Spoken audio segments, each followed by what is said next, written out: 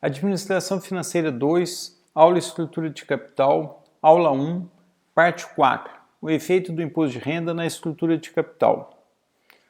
Até agora nós vimos o desenvolvimento inicial de estrutura de capital a partir de Modigliani e Miller, sem considerar impostos. Vamos colocar agora a presença do imposto de renda. Aqui o exemplo com duas empresas. Essas empresas possuem ativos idênticos, os ativos são idênticos, esses ativos geram o mesmo LAGIR, lucro antes de juros e imposto de renda, de 80 e 80. Esta empresa ela é financiada sem alavancagem, sem capital de terceiros, e esta é financiada com alavancagem, com capital de terceiros, a 8%. Então aqui está a DRE das duas empresas. Esta primeira não alavancada 80, não há juros, lucro antes de imposto de renda 80, imposto de renda 35%, lucro líquido 52%. Eu coloquei a alíquota de 35%, no Brasil a alíquota é 34%. Aqui a empresa alavancada 80, menos os juros, 8% de 200, 16, 64 de lucro antes do imposto de renda, imposto de renda de 35%, lucro líquido de 41,60. Vejam que há um efeito aqui no imposto de renda. Esta empresa alavancada paga menos imposto de renda. Por quê? Porque esses juros são dedutíveis para fins do imposto de renda. Então a despesa financeira, ela traz um benefício fiscal, ela traz uma economia de imposto de renda. Esta economia aqui é a seguinte, 28 menos 22,40, 5,60. Se nós analisarmos o custo da dívida líquido, ou seja, se a dívida que gerou essa economia, vamos olhar o custo da dívida considerando esta economia. 16 menos a economia de imposto de renda, 10,40. Se nós compararmos os 10,40 com os 200 de dívida, nós chegamos numa outra taxa, 5,2%. Ou seja, a taxa original é 8%, a taxa efetiva, quando nós consideramos a economia fiscal, 5,2%, que pode ser obtida com a seguinte fórmula: a taxa do custo do capital de terceiros vezes 1 menos a alíquota do imposto de renda. Está aqui, 8% vezes 1 menos 0,35, os mesmos 5,2%. Vamos olhar aqui uma forma alternativa de apresentar esse resultado. Nós temos no resultado anterior LAGIR, juros, imposto de renda. Nós vamos inverter a figura do imposto de renda com os juros, inverter a ordem, que é esta forma alternativa. Então nós temos aqui LAGIR menos o imposto de renda. O que significa isto? É o imposto de renda incidindo integralmente no LAGIR. É o caso de empresas que não têm financiamento, não têm juros. Então, se a empresa não tivesse juros, ela teria este imposto de renda aqui, 35% sobre 80%. E nós temos aqui embaixo, nós trouxemos os juros que estavam aqui em cima, aqui para baixo, nós temos aqui os juros e vamos deduzir dos juros o benefício fiscal, menos 16 mais 5,60. E nós vamos chegar no mesmo lucro líquido de 41,60. É apenas uma forma alternativa de apresentar o resultado, uma forma gerencial para nós entendermos o que? O imposto de renda cheio e o benefício fiscal do imposto de renda aqui embaixo, junto com os juros. Aqui uma outra forma que é pegar este 28 e abrir nos dois elementos, o imposto de renda efetivo que a empresa está pagando, está recolhendo, e aqui o benefício fiscal. E o benefício fiscal aqui embaixo também. Aqui ele entra negativo, chegando nos 28, e aqui ele sendo deduzido dos juros, e nós chegamos no mesmo lucro líquido de 41,60. Aqui estão as três formas que nós apresentamos esse resultado. O que efetivamente acontece é isto aqui, mas vejo que a ordem continua invertida. Os juros que ficam aqui na DRE vieram para baixo, o imposto de renda que fica aqui na DRE foi para cima. Então, mas aqui é o que efetivamente acontece. A empresa recolhe 22,40 de imposto de renda e paga 16 de juros e chega num lucro líquido de 41,60. Aqui nós colocamos o imposto de renda cheio, que seria o imposto de renda se a empresa não tivesse alavancagem, e a economia de imposto de renda nós atribuímos aqui junto com os juros. Ficamos nos mesmos 41,60. E nessa terceira forma nós pegamos os 28 e abrimos em dois elementos, 22,40 e 5,60, e o que permite chegar nos próprios 41,60. Nós vamos olhar agora a remuneração do capital. A remuneração do capital, nós temos uma origem e um destino. Vamos começar pelo destino. O capital próprio nessa empresa tem 52 de lucro líquido. Nessa empresa, 41,60. O capital de terceiros aqui não tem, porque não há financiamento, e aqui ele tem 16, 57,60. Veja que há um aumento aqui. Qual é a origem? Ou seja, o capital nesta empresa está sendo mais remunerado do que nesta. Qual é a origem desta remuneração? Olha, os ativos geraram 52. O que são os 52? Os 80 menos o imposto de renda cheio. E por que nas duas empresas geraram a mesma coisa? As duas empresas geraram o mesmo LAGIR porque nós colocamos como premissa desse exercício que os ativos são idênticos, eles geram o mesmo LAGIR. Então a origem dos ativos é a mesma, 80 menos 35% de imposto de renda. E esta empresa aqui tem uma origem também de benefício fiscal, por isso que ela vai a 57,60. Esta não tem. Então veja que nós temos o capital sendo mais remunerado nesta empresa, os ativos estão gerando a mesma coisa, porém essa empresa tem uma economia de imposto de renda, por isso que ela remunera mais os seus acionistas. O que nós vamos fazer agora? Nós vamos colocar fórmulas nisto para chegar nisto aqui. Aqui estão as fórmulas. A origem, lucro líquido mais juros, 41,60 mais 16, 57,60. O que é o lucro líquido? O lucro líquido é LAGIR menos juros vezes 1 menos T, mais esses juros que vêm para cá. Eu pego LAGIR vezes 1 menos T, está aqui. Pego menos juros vezes 1, está aqui.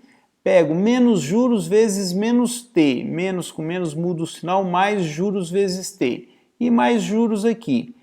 Estes menos juros cortam com estes, mais juros. E aí nós temos LAGIR 1 menos T, mais o que sobrou aqui, mais juros vezes T. O que são os juros vezes T? Juros são resultado de quê? Da dívida, B, vezes a taxa da dívida, o custo da dívida, RB, e vezes T que está aqui. Olha, no nosso exemplo, LAGIR 80 vezes 1 menos 0,35, que permite chegar aos 52, mais 200 de dívida, 8% de taxa de dívida, vezes 35% de imposto de renda, que dá os 5,60. Então veja que nós saímos da origem, lucro líquido mais juros, e chegamos, partimos do destino, lucro líquido mais juros, destino da remuneração do capital, e chegamos no quê? Na origem da remuneração do capital, o que é gerado pelos ativos, a partir da tributação cheia, mais o benefício fiscal, 57,60. Com isso, nós apresentamos o fluxo que uma empresa gera, trazendo esta linguagem nossa, desta DRE, para a linguagem de Modigliani e Miller, que está citado lá naquele trecho do artigo deles que eu trouxe na primeira parte desta aula. Bom, primeiro nós estamos assumindo aqui que o fluxo é perpétuo, por isso a fórmula da perpetuidade. Se alguém tiver dúvida com a fórmula da perpetuidade, voltem ao capítulo 4 e estudem novamente a perpetuidade. Então esse é o valor do fluxo, o fluxo sendo assumido que é uma perpetuidade. Qual que é o fluxo gerado? O fluxo gerado é o fluxo que os ativos geram, LAGIR vezes 1 menos T. Aqui está.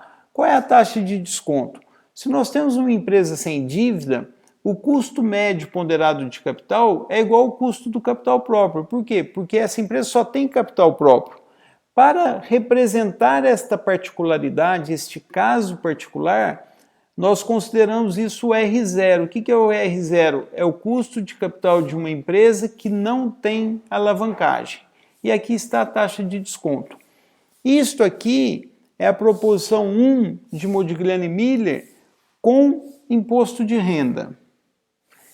E quando temos dívida? Olha, quando temos dívida, o fluxo gerado pela empresa é o fluxo gerado pelos ativos mais o fluxo do benefício fiscal. Olha só, isso aqui é fluxo. O fluxo se repete todos os anos.